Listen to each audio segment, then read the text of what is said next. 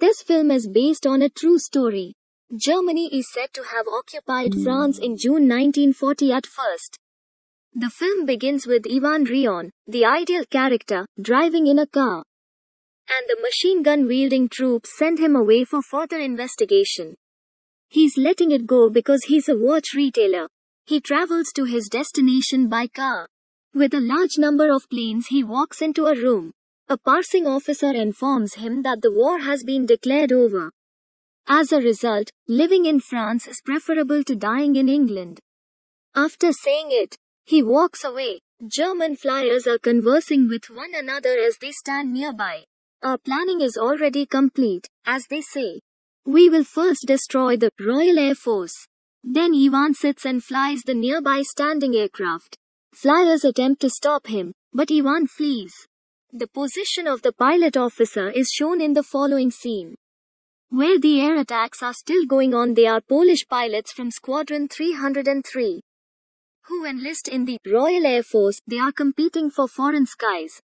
As Ivan arrives, his companions inform him that we would keep fighting until you stayed. Ivan claims that you cannot eradicate them without my assistance.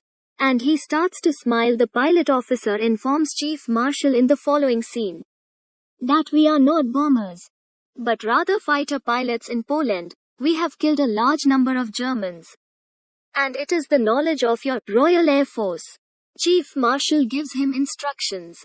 Then he says, "Yes, sir," and walks away. The following scene depicts an RAF team pilot sitting in the aircraft. And he's looking at a picture of a lady. Then he takes a plane ride. From an instructional standpoint, he maintains contact with his flyers. An aircraft is continuously shooting. And he bravely shoots down his opponent's plane. An office with two officers seated is depicted. Milo is the name of an officer. Coming outside, they notice that Ivan has arrived, accompanied by his RAF team. After a while of going there, a trainer tells them, "Take note, brave Polish pilots. He welcomes you to the RAF. It is now my responsibility to educate you." Following that, Polish pilots are taught a language. Because they are hampered by language barriers, they are then checked in some way. As the eyesight test, they are then taken to the aircraft. Ivan instructs the pilot to open the aircraft's wheels before landing. Then Ivan says, "One thing we all know is how to fly."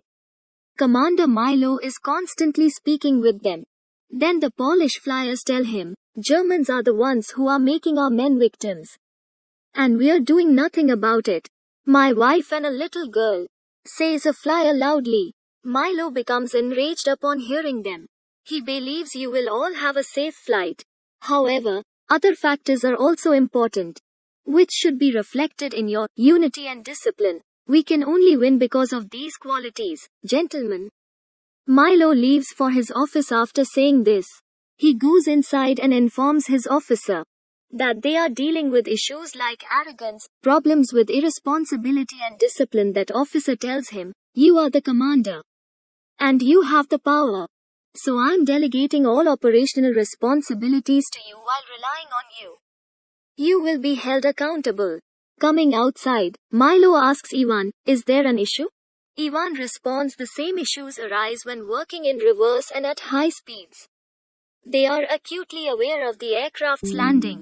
They also move to the aircraft while running. They notice that the aircraft is mud splattered. Coming out, the pilot of that aircraft says, "It happens because of the wheels." It is revealed here that they are all preparing for a war against the Germans, because they will have to battle them. On the other hand, German pilot officers are depicted. They claim that the Royal Air Force has been losing power for the past 2 weeks. And we are now entering this stage where we throw bombs and they call us victors. They keep seeing the flying aircraft.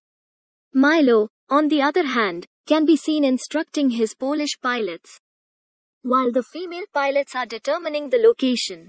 With the Germans, there is aerial warfare. Back home, Milo says quickly.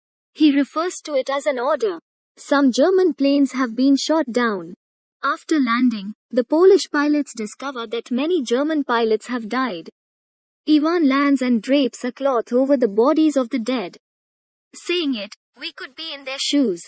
But the other pilot questions whether he will be as beneficial to them as you are. Then he tells Ivan, "You're half Swedish, so you sympathize with Germans." He claims, "We have come here to put an end to Germans, not to intercede for them." He walks away after saying it. Milo calls another meeting and says, "We're going to shoot our adversary. You must strictly adhere to all rules." The chief officers read a message to the rest of the officers. He congratulates the 303 squadron. Then he says, "You must be prepared on your part for the day's operations." Ivan says, "We are going on a mission tomorrow." And they all enthusiastically embrace one another.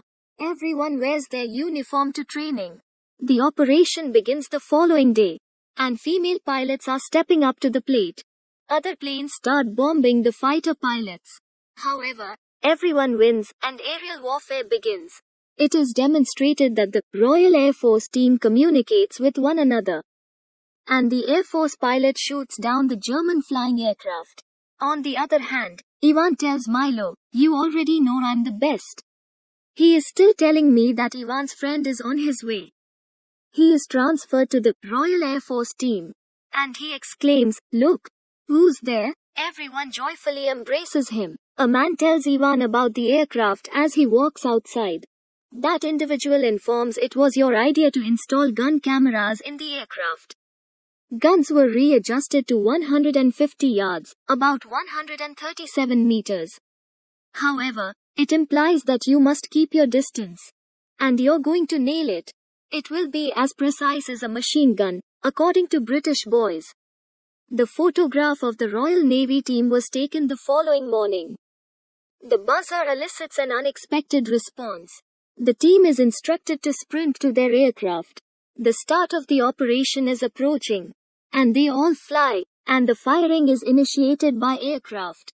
Lady pilots hold their seats in order to identify their area positions. Some of the planes are destroyed. Then a sign with the words, "Refueling and landed," appears. After refueling the aircraft, the flight is taken. The bombardment and firing have ceased. One of the Royal Air Force members' aircraft German opponents open fire on him. He is injured, and he begins to bleed.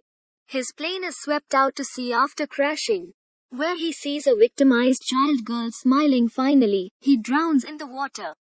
The Royal Air Force team is sad and silent. Because one of their team members had died, the officer is currently reading Rudimentary Polish. Then there is the return of aerial warfare. When the Air Force team is flying peacefully, an aircraft is attacked. Everyone has been notified. Ivan's plane catches fire. He does, however, successfully land using an air balloon, while the other team member is injured as a result of the fire. The following scene depicts a Polish pilot fighter party.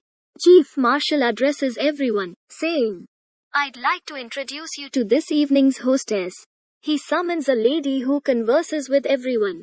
She claims that this evening's celebration is for the brave Polish pilot officers who fought aerial warfare for us in the skies of England. Ivan then expresses his rage, saying, "You are dropping bombs on our cities, shooting as well as victimizing us. We are drinking champagne while bombing our cities. They are slaughtering us.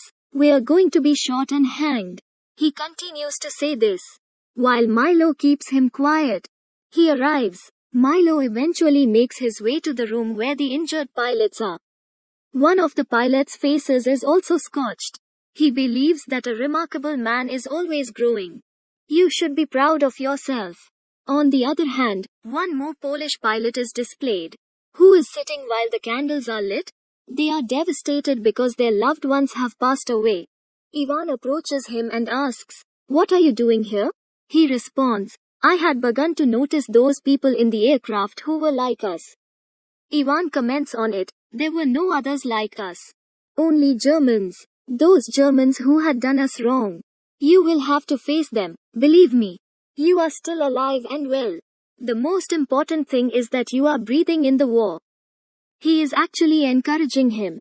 Milo is now arranging a meeting with the pilots, and everyone departs for the flight operation. The second aerial warfare has begun once more.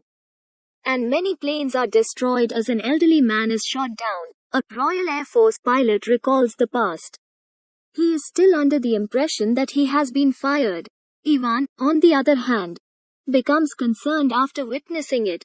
In rage, he shoots down the opponent's plane. The battle with the Germans continues. Two left aircraft piloted by Poles are currently being observed. Because of the engine deformity, one of them crashes. Ivan is now the sole survivor, and the firing has begun on him. The situation of the operation has filled the eyes of the female pilots with tears. Ivan has emerged alive and injured from his crashed plane, and he walks over to the nearby parked plane. He confirms that his partner is no longer present. He is overcome with grief and rage. In this manner, the squadron commander tells the other fighter pilots, "It was outstanding work, and we are proud of what they have done or are doing." They are extremely grateful. Those officers leave with that statement. The following scene takes place in 1946 in London, England. Ivan notices a flying aircraft. It is also shown that he will leave this country and move to America within 3 days. Finally, it is stated that Squadron 303 pilots received the highest scores in Britain. 145 Polish pilots who served in the British Air Force dropped 203 aircraft, establishing the Royal Air Force's strength.